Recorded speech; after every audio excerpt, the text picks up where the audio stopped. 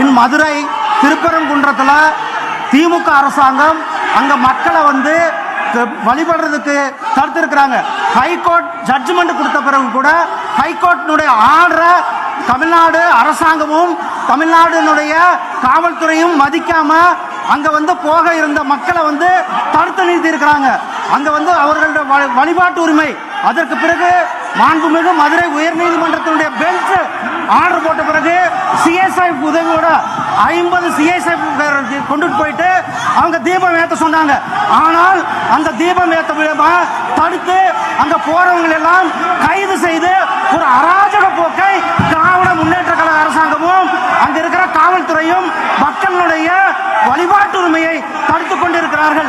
மக்களுடைய வழிபாடு முருகர் பெருமான் வெற்றிவேல் வீரவேல் என்று ஒவ்வொருவரும் கூட அங்கு சென்று வழிபட்டுக் கொண்டிருக்கிறார்கள்.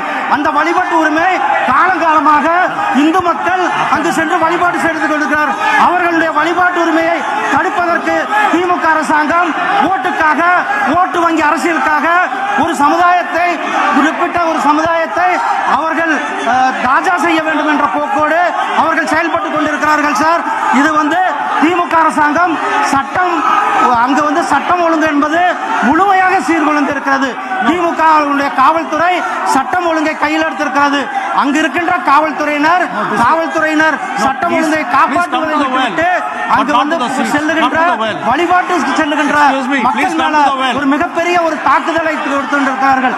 அங்கு சென்ற நேற்றைக்கு எங்களுடைய பாரதிய ஜனதா கட்சியினுடைய மாநில தலைவர் அவர் கைது செய்யப்பட்டிருக்கிறார்கள். அங்கு யார் திரு காடேஸ்வர சுப்பிரமணியம் கைது செய்யப்பட்டிருக்கிறார்கள்.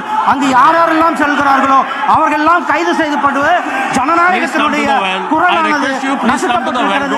மக்களுடைய வழிபாட்டு உரிமையை நசுக்கப்பட்டிருக்கிறது. இந்த திமுக அரசாங்கம் அவர்கள் அரசியலுக்காக இத்தனையும் செய்து கொண்டிருக்கிறார்கள்.